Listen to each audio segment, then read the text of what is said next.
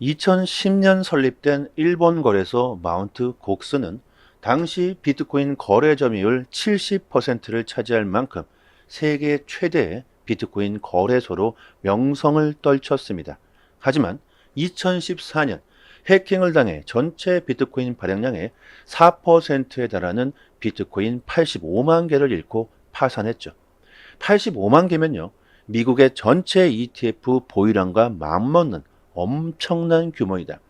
최근 마운트 곡스는 10월 31일까지 채권자들에게 남은 물량을 상환하겠다고 발표하면서 시장에 매도 압력을 줄 수 있다는 공포로 작용하고 있는데, 그 채권 상환이 이제 막 시작되는 듯합니다. 구독과 좋아요 부탁드립니다.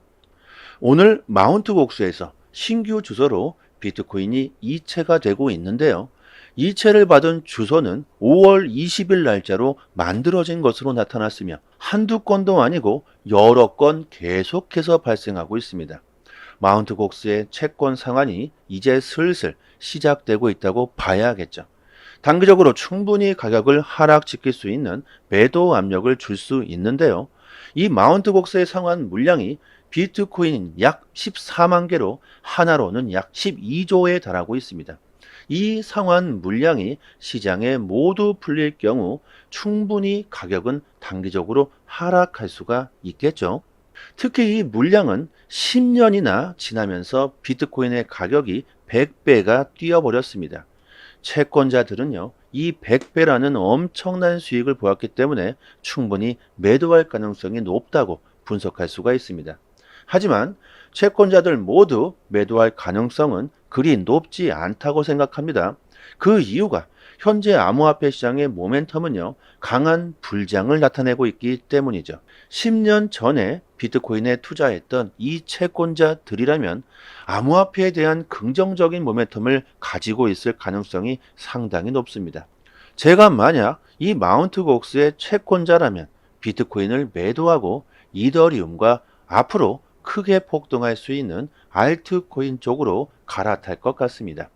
또한 암호화폐 전문가들은요, 기관들의 비트코인에 대한 관심이 급증하고 있고 비트코인에 투자하기 위해서 준비를 하고 있으며 비트코인의 수요가 공급의 4배에 달하고 있는 상황인데, 이런 와중에서 비트코인의 가격이 하락하고 마운트 곡스 채권자들의 그 물량들이 시장으로 나와준다면 기관들에게는 아주 좋은 매수 기회가 될 것이며, 매도 압력이 나오더라도 매수 압력 또한 강력하게 나올 수 있을 것으로 전망하고 있습니다.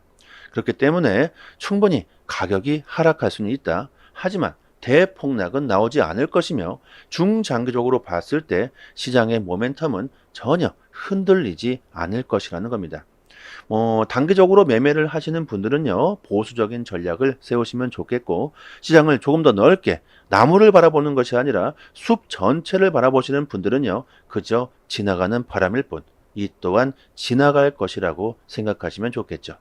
비트코인의 진심인 마이클 세일러가 비트코인 현물 ETF의 출시는 비트코인 역사상 가장 큰 사건 중 하나이며, 비트코인의 시가총액이 10조 달러 그 이상으로 달성될 수 있는 사건이라고 말하면서 비트코인 현물 ETF의 중요성을 우리들에게 다시 한번 일깨워 주고 있습니다.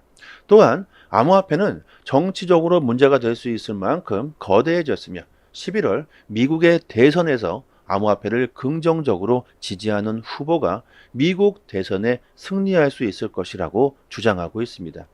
현재 전 미국 대통령 트럼프가 강력하게 암호화폐를 지지하고 있는 이유가 바로 이것이죠. 앞으로 다가올 미국의 대선 역시 암호화폐 시장에 긍정적인 영향을 줄 수밖에 없다는 겁니다. 또한 SEC가 이더리움 현물 ETF를 승인하면서 이제는 이더리움 다음 ETF로 글로벌 투자 은행들이 리플과 솔라나와 같은 다음 ETF를 찾고 있다고 합니다. 당연하겠죠. 왜? 돈이 되니까. 블랙록은 비트코인 현물 ETF를 출시하고 아주 대박을 터뜨렸으며 그냥 앉아서 ETF 수수료로 엄청난 수익을 벌어들이고 있죠. 글로벌 투자은행 스탠다드 차타드에서는요, 2025년 내년 XRP와 솔라나의 현물 ETF가 승인될 것으로 예상하고 있습니다. 하지만 알트코인들 이 ETF가 출시되기 위해선 SEC의 증권성 소송이 마무리가 되어야 한다. 뭐 이렇게 생각하시는 분들이 많으실 텐데요. 그런데 왜 이더리움 현물 ETF는 승인했습니까? 이상하죠? XEC가 최근 이더리움도 증권이라고 주장했는데 말이죠.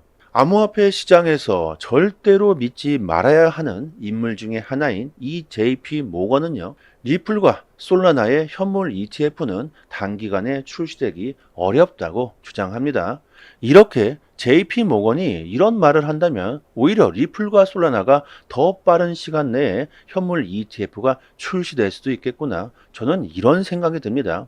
그 이유가 JP 모건은 앞에서는 우리들에게 암호화폐는 사기다, 쓰레기다, 이런 비판하면서도 뒤에서는 암호화폐 산업으로 돈을 벌기 위해 준비를 하고 있고 JP모건 역시 블랙록의 비트코인 현물 ETF를 대량으로 보유하고 있다는 사실이 밝혀졌죠. 암호화폐 전문가들이 알트코인 ETF가 곧 시장에 출시될 수 있다고 전망하고 있는 상황에서 JP모건은 암호화폐 증권성 소송 때문에 리플과 솔라나의 ETF는 빠르게 출시되기 어렵다고 주장합니다. 리플은 현재 XRP 자체는 증권이 아니라는 판사의 판결을 받아냈죠. 그렇다면 리플은 소송에 관계없이 XRP ETF의 출시 가능성이 높을 수밖에 없고 이더리움만 보더라도 SEC가 증권성 소송을 걸었음에도 불구하고 SEC는 이더리움 현물 ETF를 승인했습니다. 이것은 이더리움 자체를 증권으로 보지 않겠다는 뜻이며 결국 이런 사례가 발생했다는 것은 증권성 소송에서도 SEC에게 불리하게 작용될 수가 있다는 겁니다. 뿐만 아니라 미국의 정치권에서는 암호화폐를 빠르게 받아들이겠다는 분위기로 흘러가고 있습니다. 미국 하원은 모든 암호화폐의 70%를 증권이 아닌 상품으로 분류해야 한다는 21세기 금융혁신 및 기술 FIT 21 법안을 통과시켰죠. 암호화폐 규제를 명확히 하고 안전하고 효과적으로 암호화폐를 채택할 수 있는 이 법안이 통과됐다는 겁니다. 이 법안은 SEC와 CFTC 간의 규제 경계를 명확히 하며 암호화폐가 증권인지 상품인지 이것을 판단할 수 있는 초석이 되고 있는데 특히 주목할 만한 점은요. 증권거래위원회 SEC와 상품거래위원회 CFTC 간의 규제 경계를 암호화폐 탈중앙화 정도에 따라서 결정된다는 겁니다. 암호화폐가 탈중앙화되어 있을 경우에는 상품으로 분류되고 앞으로는 SEC가 관할이 아닌 CFTC의 관할이 된다는 것이죠. 이렇게 되면요. SEC의 규제 관할 밖으로 암호화폐가 벗어나게 되는 것이고 가장 첫 번째로 SEC의 규제 밖으로 벗어날 수 있는 코인은 과연 뭐가 될까요? 증권성 소송에서 가장 먼저 증권이 아니라는 판결을 받은 리플 XRP가 될 수가 있겠죠. 또한 XRP ETF 역시 가장 먼저 출시될 가능성도 높다고 보고 있습니다. 암호화폐 전문가들이 이더리움이 곧 4,000달러가 넘어갈 것이다. 또한 비트코인에 집중되었던 기관들의 관심이 이더리움 쪽으로 넘어가게 될 것이다. 이더리움의 미결제 약정이 폭등하고 있고 이더리움이 조만간 5,000달러가 넘을 것이라고 베팅하는 쪽에 힘이 쏠리고 있습니다. 저도 몇 달 전부터 영상으로 이런 소리를 했었죠. 이제는 비트코인이 아닌 이더리움과 알트 쪽에 우리들이 집중해야 올해 큰 수익을 볼 수가 있을 겁니다. 그 이유가 수익률이죠. 투자라는 게 뭡니까? 그리고 잘한 투자는 뭐겠습니까? 이미 올라버린 자산에 투자해서 조금 더 오를 것이라고 투자하는 게 좋은 투자가 아니겠죠. 아직 저평가되어 있고 앞으로 크게 그 가치가 폭등할 수 있는 자산에 투자해서 큰 수익을 보게 되는 투자가 좋은 투자일 겁니다. 우리들은요, 아직 저평가되어 있고 가격이 오르질 않은 저렴한 코인 종목들을 찾아내서 남들보다 조금은 먼저 움직인다면요, 올해는 정말 큰 수익을 볼 수 있을 겁니다. 거의 매일마다 인공지능 AI에 대한 소식들이 쏟아져 나오고 있는데요. 그만큼 이 인공지능 AI가 대세로 떠오르고 있다는 것이죠.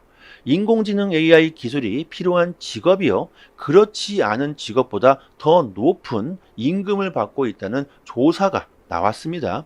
AI 기술을 사용할 수 있느냐 없느냐 여기에 따라서 임금의 차이가 난다는 것이죠. 지난해 북미, 유럽, 아시아 15개국에서 5억 개 이상의 채용 광고를 분석해 이 같은 결과를 도출했다고 합니다. 나라별로 보면 미국에서는 AI 기술이 필요한 일자리가 그렇지 않은 동일한 분야의 유사한 직무에 비해 평균 25%나 더 높은 임금을 받고 있다고 합니다. 아울러 영국에서는 14%, 캐나다에서는 11%의 차이가 나고 있고요.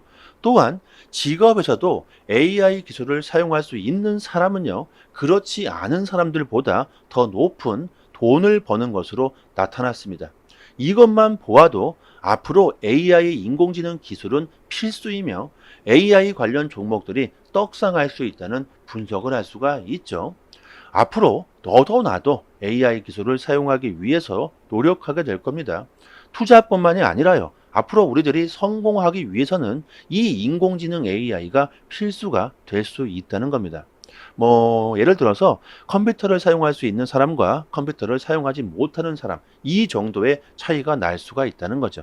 시대가 빠르게 변하고 있고 그 흐름에 맞춰서 투자 전략도 빠르게 변해야 하겠죠.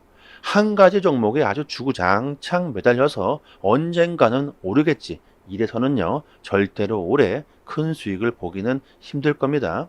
저희 무료 소통방에서 앞으로 시장을 잡아먹을 수 있는 트렌드가 될 수 있는 종목들을 디테일하게 분석해서 추천해 드리고 있고요.